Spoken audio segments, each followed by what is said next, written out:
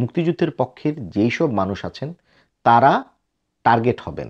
বাংলাদেশের মুক্তিযুদ্ধের সপক্ষের মানুষ তাদেরকে টার্গেট করা হয়েছে এবং তাদেরকে নিষিদ্ধ করা হয়েছে। শহীদ জননী জাহানারা ইমামের লেখা ৭১-এর দিনগুলি আপনার বাড়িতে থাকা মানেই আপনি মুক্তিযুদ্ধের সপক্ষের লোক, আপনি আওয়ামী লীগ। কেমন আছেন সবাই? আমি নজমুল আলবাব এলাম কথা বলতে। প্রজ্ঞাপন জারি হয়েছে, যে সরল ডিজাইনের কথা বলেছিলাম সেই ডিজাইন মতো এটা সবাই জানতেন এটা হবেই। প্রজ্ঞাপন জারি হয়েছে, আওয়ামী লীগের কার্যক্রম নিষিদ্ধ। এই যে কার্যক্রম এবং আওয়ামী লীগ নিষিদ্ধ, এটা নিয়ে কিন্তু আবার পণ্ডিতরা নানা রকম কথা বলছেন যে আওয়ামী লীগ তো নিষিদ্ধ হয় নাই, তার কার্যক্রম নিষিদ্ধ হইয়াছে। এগুলো মোটা মাথার মোটা চিন্তার মতো একটা বিষয়। এ সংক্রান্ত যে প্রজ্ঞাপন নিয়ে পাকিস্তানপন্থী দৈনিক প্রথম আলোতে বিস্তারিত খবর ছাপা হয়েছে সেটা পড়তে পারেন। দল হিসেবে নিষিদ্ধ হওয়া এবং তার কার্যক্রম নিষিদ্ধ হওয়া, এই বিষয় তো আসলে খুবই স্পষ্ট একটা বিষয়। ধরেন এখন বলল যে আওয়ামী লীগ দল হিসেবে নিষিদ্ধ হয় নাই, সুতরাং এটা ভালো একটা বিষয়, মন্দের ভালো, কিন্তু তার কার্যক্রম নিষিদ্ধ হয়েছে। কার্যক্রম নিষিদ্ধ হলে আসলে দল করবে কিভাবে লোকজন?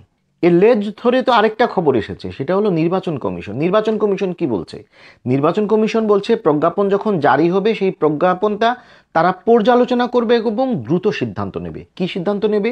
আওয়ামী লীগের কার্যক্রম বন্ধ, সুতরাং কি, যে রাজনৈতিক দলের কার্যক্রম বন্ধ সেই রাজনৈতিক দলের নিবন্ধন থাকবে না। তো নির্বাচনের কমিশন তাহলে নিবন্ধন বাতিল করছে। দলটা যে থেকে গেল, এই থাকা কি থাকা? যে দলটা যে থেকে গেল, দল নিষিদ্ধ হয় নাই, এই কথা যারা বলার চেষ্টা করছেন তারা কি এই দিকটা মাথায় নিয়ে বলছেন?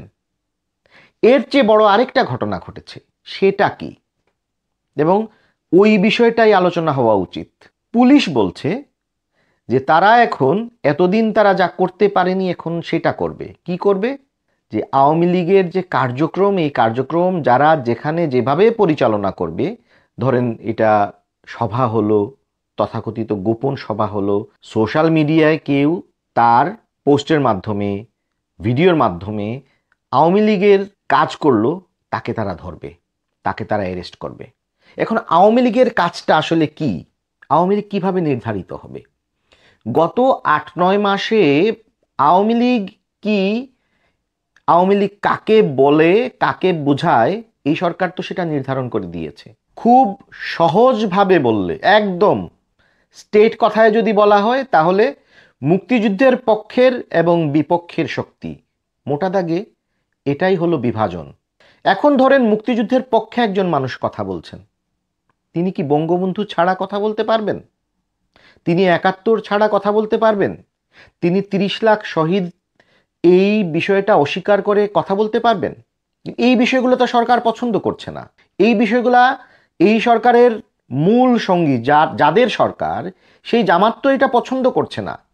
আপনি যখন বলবেন বঙ্গবন্ধুর বাংলাদেশ, তখন তো গোলাম আজমের বাংলাদেশ যারা বলছে যে সরকার, তারা তো সেটা সমর্থন করবে না।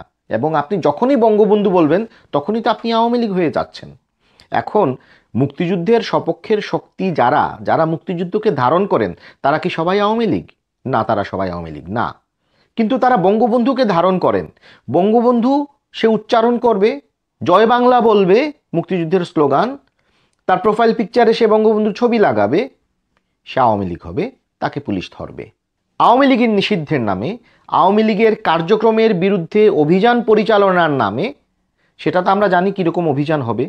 আমার বাড়ি থেকে যদি আমাকে ধরা হয়, আপনাকে যদি আপনার বাড়ি থেকে ধরা হয় এবং ধরে নিয়ে বলে যে তার বাড়িতে গোপন সভা চলছিল, প্রমাণ করার আগ পর্যন্ত আপনি জেলে থাকবেন না জেলের বাইরে থাকবেন?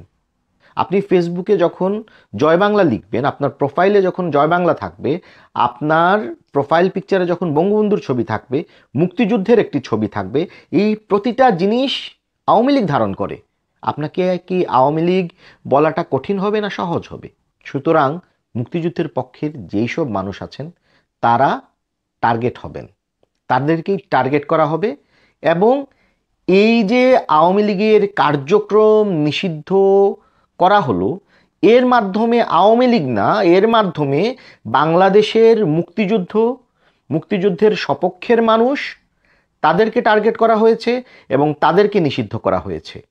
আগামীর বাংলাদেশে আজ থেকে যে বাংলাদেশ শুরু হয়েছে, এটা 5 আগস্ট থেকেই তো শুরু হয়ে গিয়েছে, কিন্তু এই যে প্রজ্ঞাপনের মাধ্যমে যে প্রক্রিয়া শুরু হলো, যে অধ্যায় শুরু হলো, সেই অধ্যায়ের পরতে পরতে এটাই লেখা থাকবে। ধরেন আপনার বাড়িতে পুলিশ আসলো, এসে আপনার বুকশেলফে 71-এর দিনগুলি পেল, আপনি কি হবেন? 71-এর দিনগুলি, জাহানারা ইমামের লেখা, শহীদ জননী জাহানারা ইমামের লেখা 71-এর দিনগুলি আপনার বাড়িতে থাকা মানেই আপনি মুক্তিযুদ্ধের সপক্ষের লোক, আপনি আওয়ামী লীগ। সুতরাং প্রস্তুতি নিন। যে অন্ধকারের পথে বাংলাদেশ নামক রাষ্ট্রটি যাত্রা শুরু করেছে, সেটা কেমন হয় তার ধারণা পাওয়ার জন্য আপনারা একটা উপন্যাস পড়তে পারেন, যদি পাওয়া যায়, অন্ধকারে 100 বছর। পড়ে দেখেন, ভালো লাগবে আপনাদের। সবাই ভালো থাকবেন, বিদায় নিচ্ছি, টাটা।